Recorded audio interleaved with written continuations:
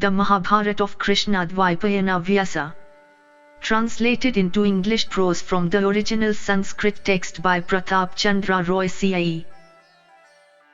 This free ebook has been downloaded from holybooks.com. Udyoga Parva. Section 41, Sujata Parva. Dhritarashtra said, "If there is anything still left unsaid by thee, O Vidura, say it then, as I am ready to listen to thee. The discourse is, indeed, charming." Vidura said, "O Dhritarashtra, O thou of the Bharata race, that ancient and immortal Rishi Sujata who, leading a life of perpetual celibacy, hath said that there is no death. That foremost of all intelligent persons will expound to thee all the doubts in thy mind, both expressed and unexpressed." Dhritarashtra said, "Dost thou not know what that immortal Rishi will say unto me? O Vidura, do thou say it, if indeed thou hast that degree of wisdom." Vidura said, "I am born in the Sudra order and therefore do not venture to say more than what I have already said. The understanding, however, of that Rishi leading a life of celibacy, is regarded by me to be infinite. He that is a Brahmana by birth, by discoursing on even the profoundest mysteries, never incurate the censure of the gods. It is for this alone that I do not discourse to thee upon the subject." Dhritarashtra said, "Tell me, O Vidura, how, with this body of mine, I can meet with that ancient and immortal one." Vaisampayana said, "Then Vidura began to think of that Rishi of rigid voice. And knowing that he was thought of, the Rishi O Bharata, showed himself there.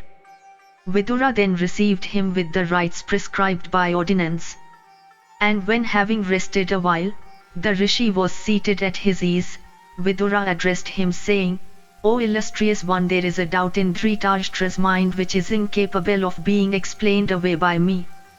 It behoveth thee therefore to expound it, so that listening to thy discourse this chief of men may tide over all his sorrows, and so that gain and loss, what is agreeable and what disagreeable, decrepitude and death, fright and jealousy, hunger and thirst, pride and prosperity, dislike, sleep, lust and wrath, and decrease and increase may all be borne by him.'" Thus ends the 41st section in the Sujata Parva of the Udyoga Parva. Section 42, Sujata Parva. Vaisampayana said, "Then the illustrious and wise king Dhritarashtra, having applauded the words spoken by Vidura, questioned Sujata in secret, desirous of obtaining the highest of all knowledge.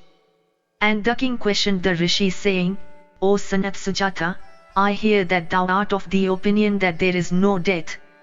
Again, it is said that the gods and the asuras practice ascetic austerities in order to avoid death. Of these two opinions then, which is true?' Sujata said, 'Some say death is avertible by particular acts. Others opine there is no death. Thou hast asked me which of these is true.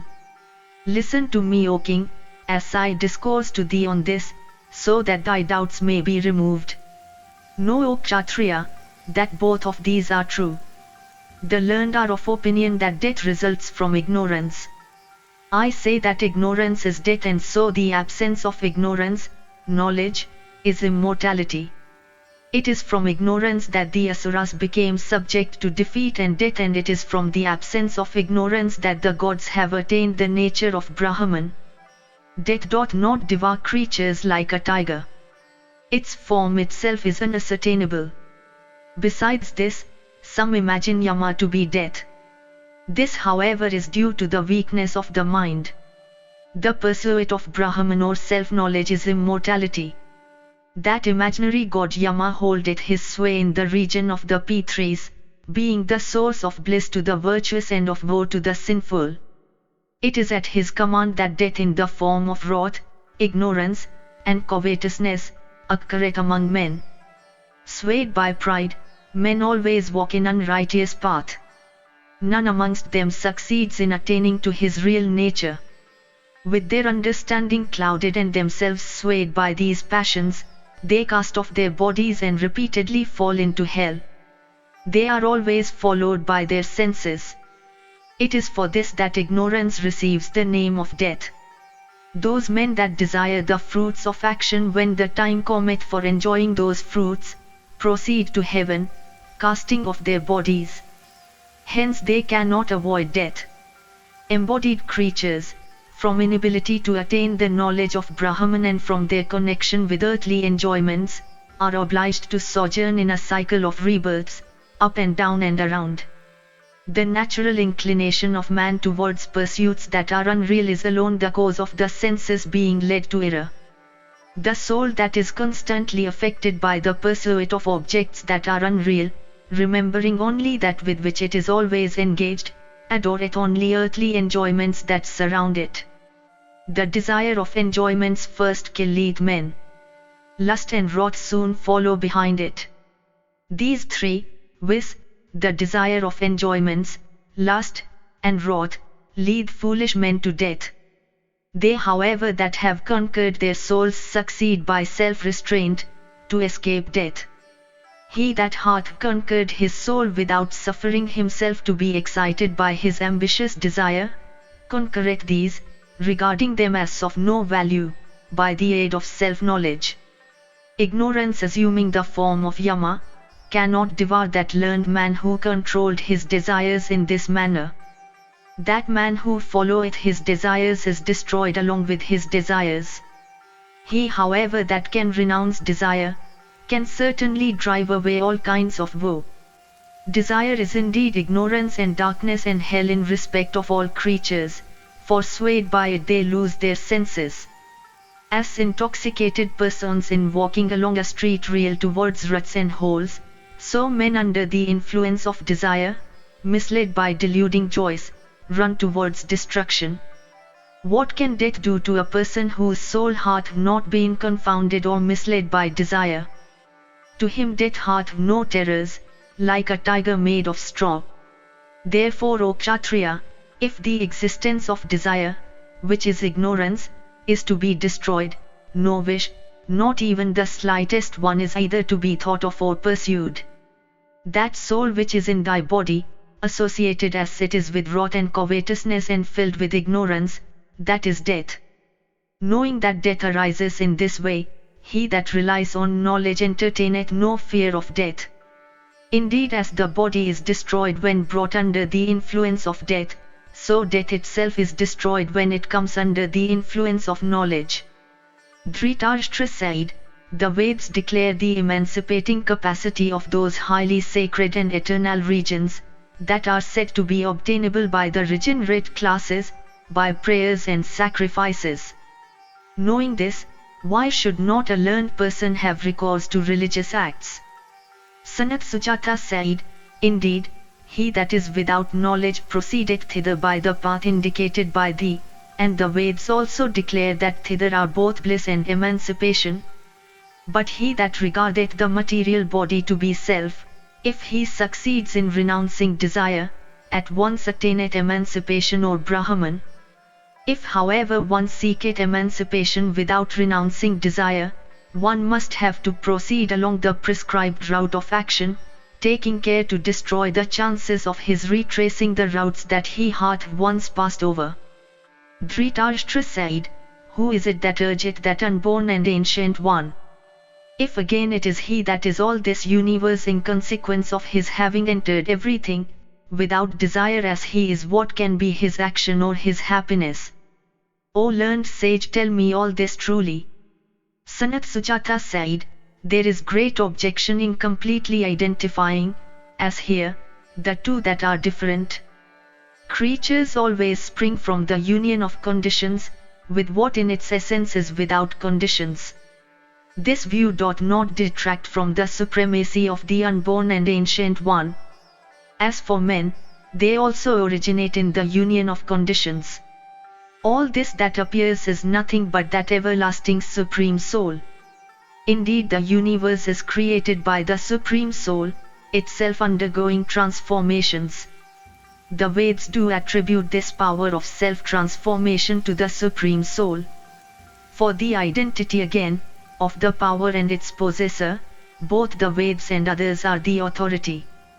Dhritarashtra said, "In this world, some practice virtue and some renounce action or karma, adopting what is called sannyasa yoga. Respecting those that practice virtue, I ask, is virtue competent to destroy vice, or is it itself destroyed by vice?" Sanat Sujata said, "The fruits of virtue and of perfect inaction are both serviceable in that respect, i.e., for procuring emancipation. Indeed, both are sure means for the attainment of emancipation. The man, however, that is wise, achieveth success by knowledge, inaction. On the other hand, the materialist acquireth merit by action and, as the consequence thereof, emancipation. He hath also, in course of his pursuit, to incur sin. Having obtained again fruits of both virtue and vice, which are transitory, heaven having its end as also hell in respect of the virtuous and the sinful, the man of action becometh once more addicted to action as the consequence of his own previous virtues and vices. The man of action, however, who possesseth intelligence, destroyeth his sins by his virtuous acts. Virtue therefore is strong, and hence the success of the man of action." Dhritarashtra said, "Tell me, according to their gradation, of those eternal regions that are said to be attainable as the fruits of their own virtuous acts by regenerate persons engaged in the practice of virtue. Speak unto me of other regions also of a similar kind. O learned sire, I do not wish to hear of actions, towards which man's heart naturally inclineth, however interdicted or sinful they may be." Sanat Sujata said, "Those regenerate persons that take pride in their yoga practices, like strong men in their own strength, departing hence shine in the region of Brahman. Those regenerate persons that proudly exert in performing sacrifices and other Vedic rites, as the fruit of that knowledge which is theirs in consequence of those acts, freed from this world proceed to that region which is the abode of the deities. There are others again, conversant with the Vedas, who are of opinion that the performance of the sacrifices and rites ordained by the Vedas is obligatory, their non-performance being sinful. Wedded to external forms, though seeking the development of the inner self, for they practice these rites for only virtue's sake and not for the accomplishment of particular aims, these persons should not be regarded very highly, although some respect should be theirs. Wherever again food and drink worthy of a Brahmana are abundant, like grass and reeds in a spot during the rainy season, there should the yogin seek for his livelihood without afflicting the householder of scanty means. By no means should he afflict his own self by hunger and thirst. In a place where there may be both inconvenience and danger to one, for one's aversion to disclose one's superiority, he that doth not proclaim his superiority is better than he that doth. The food offered by that person who is not pained at the sight of another disclosing his superiority and who never eateth without offering the prescribed share to Brahmanas and guests, is approved by the righteous. As a dog oftentimes devoureth its own evacuations to its injury, so those yogins devour their own vomit who procure their livelihood by disclosing their preeminence. The wise know him for a Brahmana who, living in the midst of kindred, wishes his religious practices to remain always unknown to them. What other Brahmana deserveth to know the Supreme Soul that is unconditioned, without attributes, unchangeable, one and alone, and without duality of any kind? In consequence of such practices, a Kshatriya can know the Supreme Soul and behold it in his own soul. He that regardeth the soul to be the acting and feeling self, what sins are not committed by that thief who robbeth the soul of its attributes? A Brahmana should be without exertion, should never accept gifts, should win the respect of the righteous, should be quiet, and though conversant with the Vedas should seem to be otherwise, for then only may he attain to knowledge and know Brahman. They that are poor in earthly, but rich in heavenly wealth and sacrifices become unconquerable and fearless, and they should be regarded as embodiments of Brahman. That person even, in this world who by performing sacrifices succeeded in meeting with the gods that bestow all kinds of desirable objects on performers of sacrifices, is not equal to him that knoweth Brahman. For the performer of sacrifices hath to undergo exertions, while he that knoweth Brahman attaineth to him without such exertions. He was said to be really honored who, destitute of actions, is honored by the deities. He should never regard himself as honored who is honored by others. One should not therefore grieve it when one is not honored by others. People act according to their nature just as they open and shut their eyelids, and it is only the learned that pay respect to others. The man that is respected should think so. They again, in this world, that are foolish, apt to sin, and adepts in deceit, never pay respect to those that are worthy of respect. On the other hand, they always show disrespect to such persons. The world's esteem and asceticism, practices of mauna, can never exist together. Know that this world is for those that are candidates for esteem, while the other world is for those that are devoted to asceticism. Here, in this world, O Kshatriya, happiness, the world's esteem, resides in worldly prosperity. The latter, however, is an impediment to heavenly bliss. Heavenly prosperity, on the other hand, is unattainable by one that is without true wisdom. The righteous say that there are various kinds of gates, all difficult of being guarded, for giving access to the last kind of prosperity. These are truth, uprightness, modesty, self-control, purity of mind and conduct, and knowledge of the Vedas. These 6 are destructive of vanity and ignorance. Thus ends the 42nd section in the Sanat Sujata Parva of the Udyoga Parva. Section 43, Sanat Sujata Parva. Dhritarashtra said, what is the object of asceticism? Mauna. Of the 2 kinds of mauna, viz., the restraining of speech and meditation, which is approved by thee. O learned one, tell me the true aspect of mauna. Can a person of learning attain to a state of quietude and emancipation, moksha, by that mauna? O Muni, how also is asceticism, mauna, to be practiced here? Sanat Sujata said, since the Supreme Soul cannot be penetrated by both the Vedas and the mind, it is for this that soul itself is called mauna. That from which both the Vedic syllable, Om, and this one, ordinary sounds, have arisen. That one, O king, is displayed as the word. Dhritarashtra said, is he that knoweth both the Rig and the Yajus Vedas, is he that knoweth the Soma Ved, sullied by sins or not when he committeth sins? Sanat Sujata said, I tell thee truly that the man that hath not restrained his senses is not rescued from his sinful acts by either the Sama or the Rig, or the Yajus Ved. The Vedas never rescue from sin the deceitful person living by deceit. On the other hand, like new-fledged birds forsaking their nest, the Vedas forsake such a person at the end.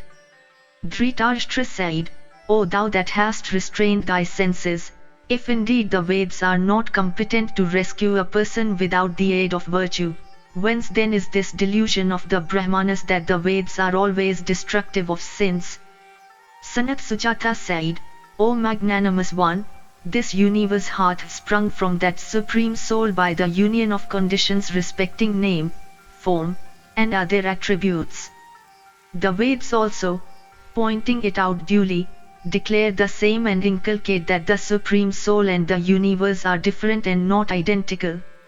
It is for attaining to that Supreme Soul that asceticism and sacrifices are ordained, and it is by these 2 that the man of learning earneth virtue.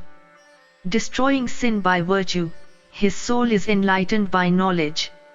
The man of knowledge, by the aid of knowledge, attaineth to the Supreme Soul. Otherwise he that coveteth the 4 objects of human pursuit, taking with him all that he doth here, enjoyeth their fruits hereafter, and, as those fruits are not everlasting, cometh back to the region of action when the enjoyment is over. Indeed, the fruits of ascetic austerities performed in this world have to be enjoyed in the other world, as regards those persons who have not obtained the mastery of their souls. As regards those Brahmanas employed in ascetic practices, who have the mastery of their souls, even these regions are capable of yielding fruits. Dhritarashtra said, O son of Sujata, how can ascetic austerities, which are all of the same kind, be sometimes successful and sometimes unsuccessful? Tell us this in order that we may know it. Sanar Sujata said, that asceticism which is not stained by desire and other faults is said to be capable of procuring emancipation, and is therefore successful, while the asceticism that is stained by vanity and want of true devotion is regarded unsuccessful. All thy enquiries, O Kshatriya, touch the very root of asceticism. It is by asceticism that they that are learned know Brahman and win immortality. Dhritarashtra said, I have listened to what thou hast said about asceticism unstained by faults, and by which I have succeeded in knowing an eternal mystery. Tell me now, O son of Sujata, about asceticism that is stained by faults. Son of Sujata said, O king, the 12, including anger, as also the 13 kinds of wickedness are the faults of asceticism that is stained. Anger, lust, avarice, ignorance of right and wrong, discontent, cruelty, malice, vanity, grief, love of pleasure, envy, and speaking ill of others, are generally the faults of human beings. These 12 should always be avoided by men. Any one amongst these can singly effect the destruction of men, O bull among men. Indeed, every one of these wait for opportunity in respect of men, like a hunter expectant of opportunities in respect of deer. Assertion of one's own superiority, desire of enjoying others' wives, humiliating others from excess of pride, wrathfulness, fickleness and refusing to maintain those worthy of being maintained. These 6 acts of wickedness are always practiced by sinful men, defying all dangers here and hereafter. He that regards the gratification of lust to be one of life's aims, he that is exceedingly proud, he that grieves having given away, he that never spends money, he that persecutes his subjects by exacting hateful taxes, he that delights in the humiliation of others, and he that hates his own wives, these 7 are others that are also called wicked. Righteousness, truth, abstention from injury and truthfulness of speech, self-restraint, asceticism, delight in the happiness of others, modesty, forbearance, love of others, sacrifices, gifts, perseverance, knowledge of the scriptures, these 12 constitute the practices of Brahmanas. He that succeeds in acquiring these 12 becomes competent to sway the entire earth. He that is endued with 3, 2, or even one of these, should be regarded of heavenly prosperity. Self-restraint, renunciation, and knowledge of self, in these are emancipation. Those Brahmanas that are endued with wisdom, say that these are attributes in which truth predominates. Self-restraint is constituted by 18 virtues. Breaches and non-observance of ordained acts and omissions, falsehood, malice, lust, wealth, love of sensual pleasure, anger, grief, thirst, avarice, deceit, joy in the misery of others, envy, injuring others, regret, aversion from pious acts, forgetfulness of duty, calumniating others and vanity. He that is freed from these 18 vices is said by the righteous to be self-restrained. The 18 faults that have been enumerated constitute what is called mada or pride. Renunciation is of 6 kinds. The reverse of those 6 again are faults called mada. The faults therefore, that go by the name of mada are 18 and 6. The 6 kinds of renunciation are all commendable. The third only is difficult of practice, but by that all sorrow is overcome. Indeed, if that kind of renunciation be accomplished in practice, he that accomplishes it overcomes all the pairs of contraries in the world. The 6 kinds of renunciation are all commendable. They are these: the first is never experiencing joy on occasion of prosperity. The second is the abandonment of sacrifices, prayers, and pious acts. That which is called the third, O king, is the abandonment of desire, or withdrawing from the world.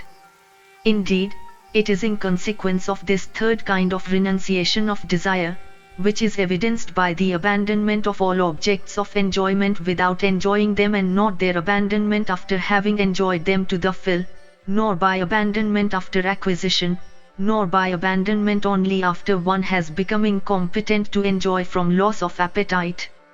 The fourth kind of renunciation consists in this: one should not grieve nor suffer himself to be afflicted by grief when one's actions fail, notwithstanding one's possession of all the virtues and all kinds of wealth. Or when anything disagreeable happens, one feeleth no pain. The fifth kind of renunciation consists in not soliciting even one's sons, wives, and others, that may all be very dear. The sixth kind consists in giving away to a deserving person who solicits, which act of gifts is always productive of merit. By these again, one acquires the knowledge of self. As regards this last attribute, it involves 8 qualities. These are truth, meditation, distinction of subject and object, capacity for drawing inferences, withdrawal from the world, never taking what belongeth to others, the practices of brahmacharya vows, abstinence, and non-acceptance of gifts. So also the attribute of mada, the opposite of dhamma or self-restraint, heart faults which have all been indicated in the scriptures. These faults should be avoided. I have spoken to thee of renunciation and self-knowledge. And as self-knowledge heart hate virtues, so the want of it heart hate faults. Those faults should be avoided. O Bharata, he that is liberated from his 5 senses, mind, the past and the future, becomes happy. O king, let thy soul be devoted to truth. All the worlds are established on truth. Indeed, self-control, renunciation and self-knowledge are said to have truth for their foremost attribute. Avoiding these faults, one should practice asceticism here.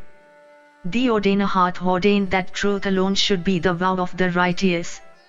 Asceticism that is dissociated from these faults and endued with these virtues becomes the source of great prosperity.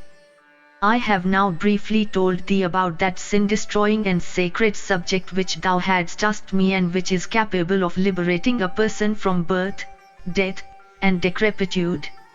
Dhritarashtra said, Vidakyana, Puranas, as their fifth, the Veds declare the Supreme Soul to be this universe consisting of mobile and immobile things. Others regard 4 Godheads, and others 3, others again regard 2, and others only 1, and others regard Brahman alone as the sole existent object, there being nothing else possessing a separate existence.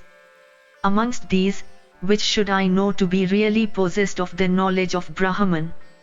Sanat Sujata said, there is but one Brahman, which is truth's self. It is from ignorance of that one, that Godheads have been conceived to be diverse. But who is there, O king, that hath attained to truth's self or Brahman? Man regardeth himself wise without knowing that one object of knowledge, and from desire of happiness, is engaged in study and the practices of charity and sacrifices. They have deviated from truth, Brahman, and entertain purposes corresponding with their state, and hence, relying on the truth of Vedic texts, thereof perform sacrifices. Some perform or attain the object of sacrifices by the mind, meditation, some by words, recitation of particular prayers, or yapa, and some by acts, actual consummation of the yathashtama and other costly rites. The person, however, who seeketh Brahman through truth, obtaineth his desired objects at home. When, however, one's purposes become abortive through absence of knowledge of self, one should adopt vows of silence and such like, called dikshavrata. Indeed, diksha cometh from the root diksha, meaning the observance of vows. As regards those that have knowledge of self, with them, truth is the highest object of pursuit. The fruits of knowledge are visible, asceticism yielded fruits hereafter. A Brahmana who, without knowledge and asceticism, hath only read much should only be known as a great reader. Therefore, O Kshatriya, never think that one can be a Brahmana, Brahman knowing, by only reading the scriptures. He, on the other hand, should be known by thee to be possessed of the knowledge of Brahman who doth not deviate from truth. O Kshatriya, the verses that were recited by Atharvan to a conclave of great sages in days of old, are known by the name of Chandas. They are not to be regarded as acquainted with the Chandas who have only read through the Vedas, without having attained to the knowledge of him who is to be known through the Vedas. The Chandas, O best of men, become the means of obtaining Brahman independently and without the necessity of anything foreign. They cannot be regarded as acquainted with the Chandas, who are acquainted only with the modes of sacrifice enjoined in the Vedas. On the other hand, having waited upon those that are acquainted with the Vedas, have not the righteous attained to the object that is knowable by the Vedas. There is none who hath truly caught the sense of the Vedas, or there may be some who have, O king, caught the sense. He that hath only read the Vedas, doth not know the object knowable by them. He, however, that is established in truth, knoweth the object knowable by the Vedas. Amongst those faculties which lead to perception of the body as the acting agent, there is none by which true knowledge may be acquired. By the mind alone one cannot acquire the knowledge of self and not self. Indeed, he that knoweth self also knoweth what is not self. He, on the other hand, that knoweth only what is not self, doth not know truth. He again that knoweth the proofs, knoweth also that which is sought to be proved. But what that object in its nature is, which is sought to be proved, is not known to either the Vedas or those that are acquainted with the Vedas. For all that, however, those Brahmanas that are truly acquainted with the Vedas succeed in obtaining a knowledge of the object knowable by the Vedas through the Vedas. As the branch of a particular tree is sometimes resorted to for pointing out the lunar digit of the first day of the lighted fortnight, so the Vedas are used for indicating the highest attributes of the Supreme Soul. I know him to be a Brahmana, possessing a knowledge of Brahman, who expoundeth the doubts of others, having himself mastered all his own doubts, and who is possessed of the knowledge of self. One cannot find what the soul is by seeking in the east, the south, the west, the north, or in the subsidiary directions or horizontally. Very rarely can it be found in him who regardeth this body to be self. Beyond the conception of even the Vedas, the man of yoga meditation only can behold the Supreme. Completely restraining all thy senses and thy mind also, seek thou that Brahman which is known to reside in thy own soul. He is not a Muni who practiseth only yoga meditation, nor he who liveth only in the woods, having retired from the world. He, however, is a Muni and is superior to all who knoweth his own nature. In consequence of one's being able to expound every object, Vyakarana, one is said to be endued with universal knowledge, Vyakarana, and indeed the science itself is called Vyakarana, owing to its being able to expound every object to its very root, which is Brahman. The man who beholdeth all the regions as present before his eyes, is said to be possessed of universal knowledge.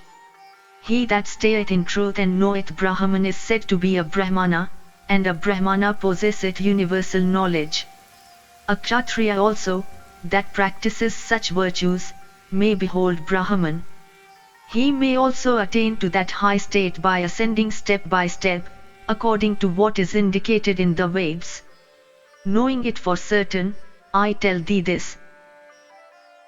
Thus ends the 43rd section in the Sanatsujata Parva of the Udyoga Parva. Section 44, Sanatsujata Parva.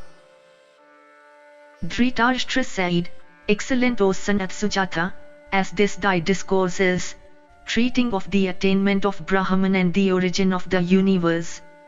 I pray thee, O celebrated Rishi, to go on telling me words such as these, that are unconnected with objects of worldly desire and are therefore rare among men.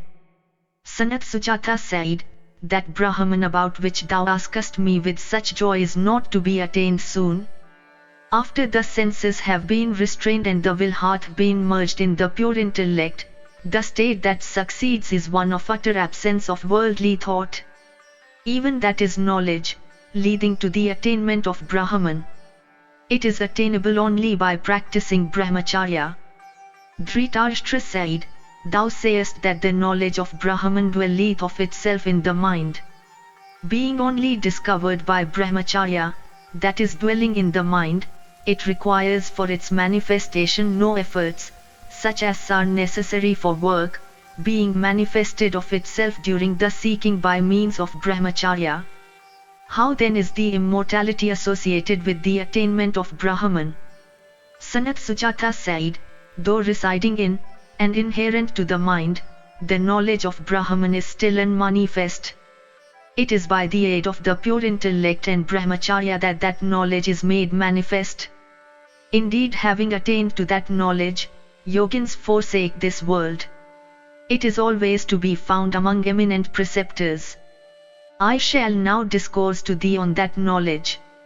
Dhritarashtra said, what should be the nature of that brahmacharya by which the knowledge of Brahman might be attained without much difficulty? O regenerate one, tell me this. Sanat Sujata said, they who are residing in the abodes of their preceptors and winning their goodwill and friendship, practice brahmacharya austerities, become even in this world the embodiments of Brahman, and casting off their bodies are united with the Supreme Soul. They that in this world are desirous of obtaining the state of Brahman, subdue all desires and, endued as they are with righteousness, they succeed in dissociating the soul from the body, like a blade projected from a clump of heath. The body, O Bharata, is created by these, viz., the father and the mother. The new birth, however, that is due to the preceptor's instructions is sacred, free from decrepitude and immortal.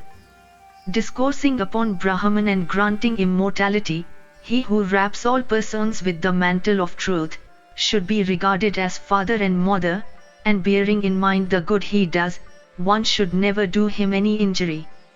A disciple must habitually salute his preceptor with respect, and with purity of body and mind and well-directed attention, he must betake to study. He must not consider any service as mean, and must not harbor anger. Even this is the first step of brahmacharya.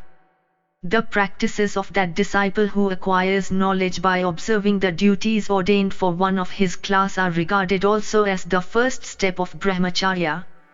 A disciple should, with his very life and all his possessions, in thought, word and deed, do all that is agreeable to the preceptor.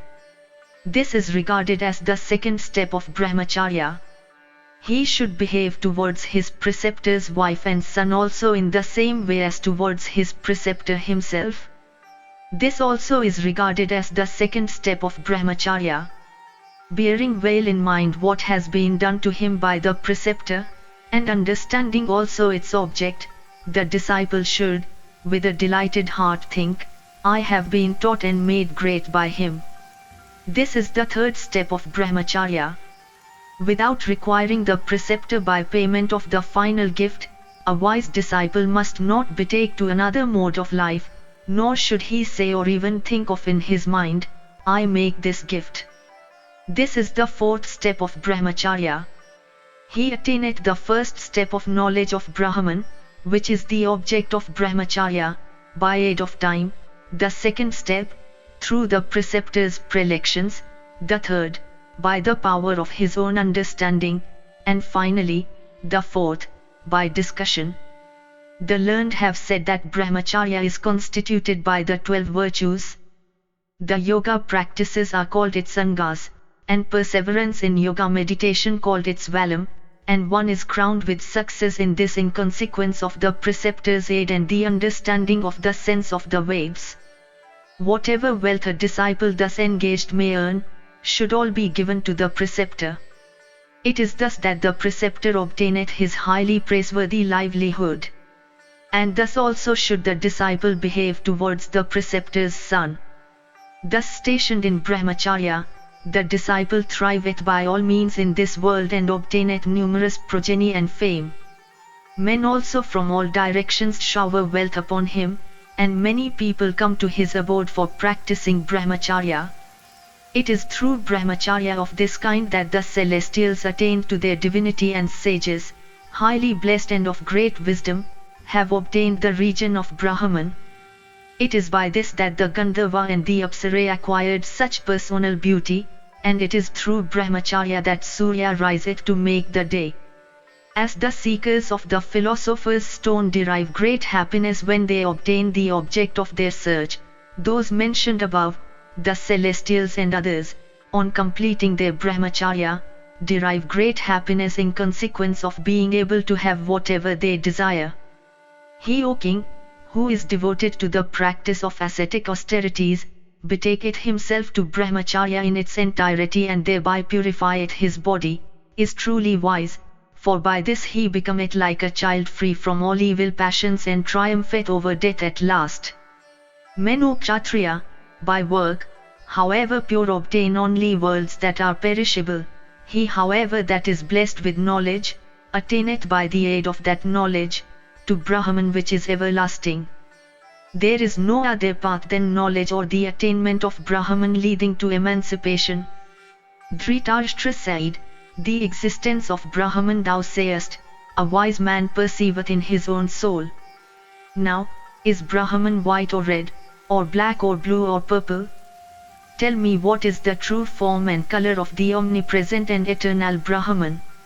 Sanat Sujata said, indeed Brahman, as perceived, may appear as white, red, black, brown, or bright. But neither on the earth, nor in the sky, nor in the waters of the ocean, is there anything like it.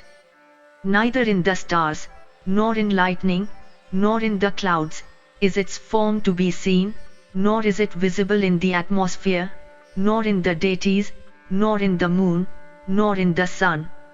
Neither in the Rik, nor among the Yajus, nor among the Atharvans, nor in the pure Samans, it is to be found. Verily, O king, it is not to be found in Ratantara or Varadrata, nor in great sacrifices. Incapable of being compassed and lying beyond the reach of the limited intellect, even the universal destroyer, after the dissolution, is himself lost in it. Incapable of being gazed at, it is subtle as the edge of the razor, and grosser than mountains. It is the basis upon which everything is founded, it is unchangeable, it is this visible universe, omnipresent, it is vast, it is delightful, creatures have all sprung from it and are to return to it. Free from all kinds of duality, it is manifest as the universe and all-pervading. Men of learning say that it is without any change, except in the language used to describe it. They are emancipated that are acquainted with that in which this universe is established. Thus ends the 44th section in the Sanat Sujata Parva of the Udyoga Parva. Section 45, Sanat Sujata Parva. Sanat Sujata said, sorrow, anger, covetousness, lust, ignorance, laziness, malice, self-importance, continuous desire of gain, affection, jealousy and evil speech, these 12, O monarch, are grave faults that are destructive of men's lives. Each of these, O monarch, wait for opportunities to seize mankind. Afflicted by them, men lose their senses and commit sinful acts. He that is covetous, he that is fierce, he that is harsh of speech, he that is garrulous, he that is given to nursing anger, he that is boastful, these 6 wicked dispositions, on obtaining wealth cannot treat others with courtesy. He that regardeth sensual gratification as the end of life, he that is self-conceited, he that boasteth having made a gift, he that never spendeth, he that is weak in mind, he that is given to self-admiration, and he that hateth his own wife, these 7 are counted as wicked men of sinful habits. Righteousness, truth, asceticism, self-restraint, contentment, modesty, renunciation, love of others, gift, acquaintance with the scriptures, patience, and forgiveness, these 12 are the practices of a Brahmana. He that doth not fall off from these 12 may sway the entire earth. He that is endued with 3, or 2, or even 1 of these, doth never regard anything as his own to the exclusion of others. Self-restraint, renunciation and knowledge, in these reside emancipation. These are the attributes of Brahmanas endued with wisdom and regarding Brahman as the highest of all objects of attainment. True or false, it is not laudable for a Brahmana to speak ill of others, they that do this have hell for their abode. Mada hath 18 faults which have not yet been enumerated by me. They are ill will towards others, throwing obstacles in the way of virtuous acts, detraction, falsehood in speech, lust, anger, dependence, speaking ill of others, finding out the faults of others for report, waste of wealth, quarrel, insolence, cruelty to living creatures, malice, ignorance, disregard of those that are worthy of regard, loss of the senses of right and wrong, and always seeking to injure others.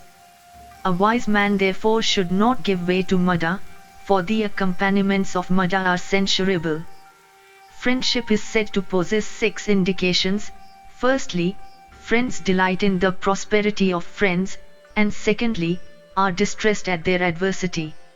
If any one asketh for anything which is dear to his heart, but which should not be asked for, a true friend surely giveth away even that.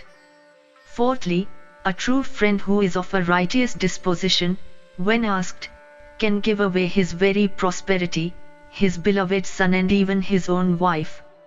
Fifthly, a friend should not dwell in the house of a friend, on whom he may have bestowed everything, but should enjoy what he earneth himself.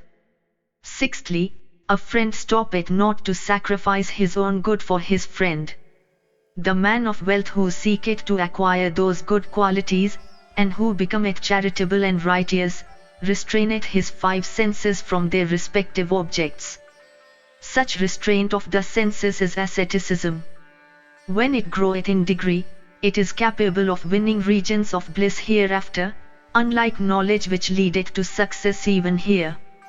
They that have fallen off from patience and are incapable therefore of attaining to knowledge, acquire such asceticism in consequence of the purpose they entertain, viz., the attainment of bliss in the high regions hereafter. In consequence of his ability to grasp that truth, Brahman, from which sacrifices flow, the yogin is capable of performing sacrifices by the mind. Another performs sacrifices by words, yapa, and another by work. Truth, Brahman, resides in him who knoweth Brahman as vested with attributes. It dwelleth more completely in him who knoweth Brahman as divested of attributes. Listen now to something else from me. This high and celebrated philosophy should be taught to disciples. All other systems are only a farrago of words. The whole of this universe is established in this yoga philosophy. They that are acquainted with it are not subject to death. O king, one cannot by work, however well accomplished, attain to truth, Brahman. The man that is destitute of knowledge, even if he prorate homa libations or performeth sacrifices, can never, by work O king, attain to immortality, emancipation. Nor doth he enjoy great happiness at the end. Restraining all the external senses and alone, one should seek Brahman. Giving up work, one should not exert mentally. One should also, while thus engaged, avoid experiencing joy at praise or anger at blame. O Kshatriya, by conducting himself in this way, according to the successive steps indicated in the Vedas, one may, even here, attain to Brahman. This, O learned one, is all that I tell thee. Thus ends the 45th section in the Sanat Sujata Parva of the Udyoga Parva. If you enjoyed this audiobook, please like and subscribe to be notified of when new audiobooks are uploaded. Thank you for listening and learning. Shanti.